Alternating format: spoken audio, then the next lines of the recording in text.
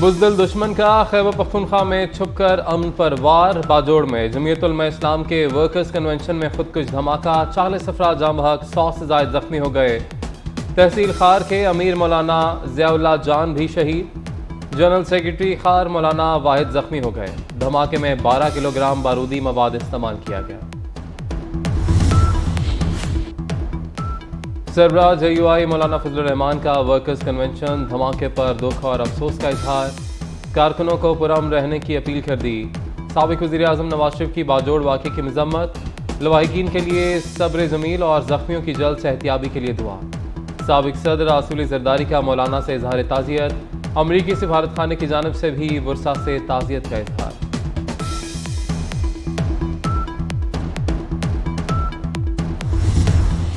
بارشوں کے بعد دریاؤں کی سطح میں مسلسل اضافہ، دریائے ستلج میں پانی کی سطح بلند، چشتیہ میں حفاظتی بند ٹوٹ گیا، کئی بستیاں دریا کے ریلے کی لپیٹ میں آ گئیں، لوگ علاقہ چھوڑنے پر مجبور۔ پواڑوں کے مقام پر دریائے سندھ میں درمیانے درجے کا سیلاب برقرار، کچے کے مزید 20 دیہات زیر آب۔ گوٹکی میں قادرپور کے مقام پر پانی کی سطح میں مسلسل اضافہ، ممکنہ سیلاب کے باعث انتظامیہ کو الرٹ رہنے کی ہدایت۔ جعفر آباد میں مسلسل بارشوں سے سیلاب کا خطرہ بڑھ گیا۔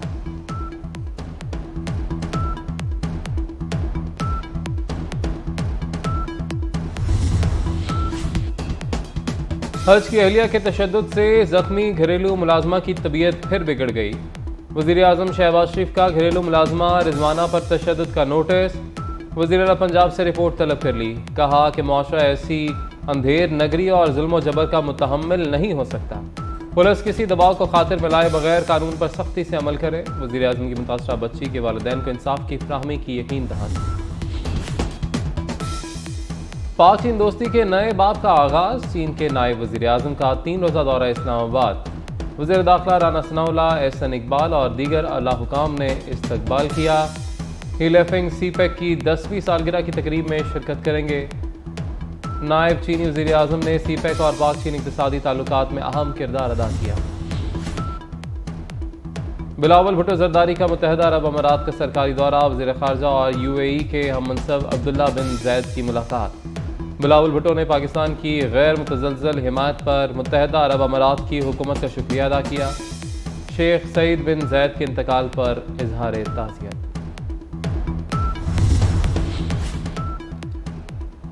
ملک معاشی ترقی کی جانب گامزن، Pakistan mineral summit dust to development, حکومت کی جانب سے اسپیشل انویسٹمنٹ فیسیلیٹیشن سینٹر کا قیام۔ زراعت اور انفارمیشن ٹیکنالوجی کے فروغ اور بیرونی سرمایہ کاروں کی دلچسپی کے لیے سیمینار کا اہتمام کیا گیا۔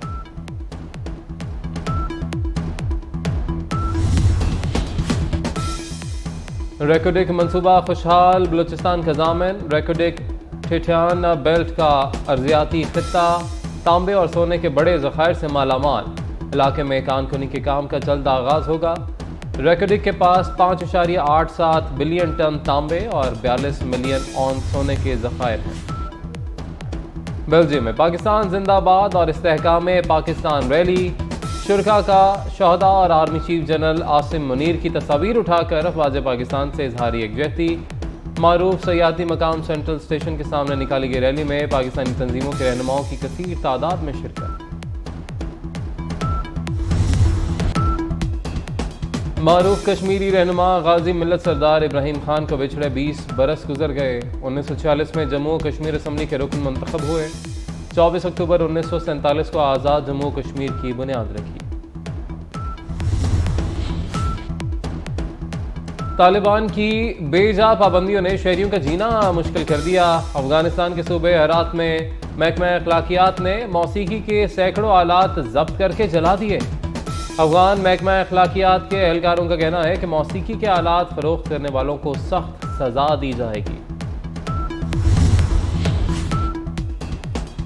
امریکہ میں ہیٹ ویو برقرار، گرمی سے بچنے کے لیے انسانوں کے ساتھ سوئمنگ پول میں بھالو کی بھی ڈبکیاں، ویڈیو سوشل میڈیا پر وائرل۔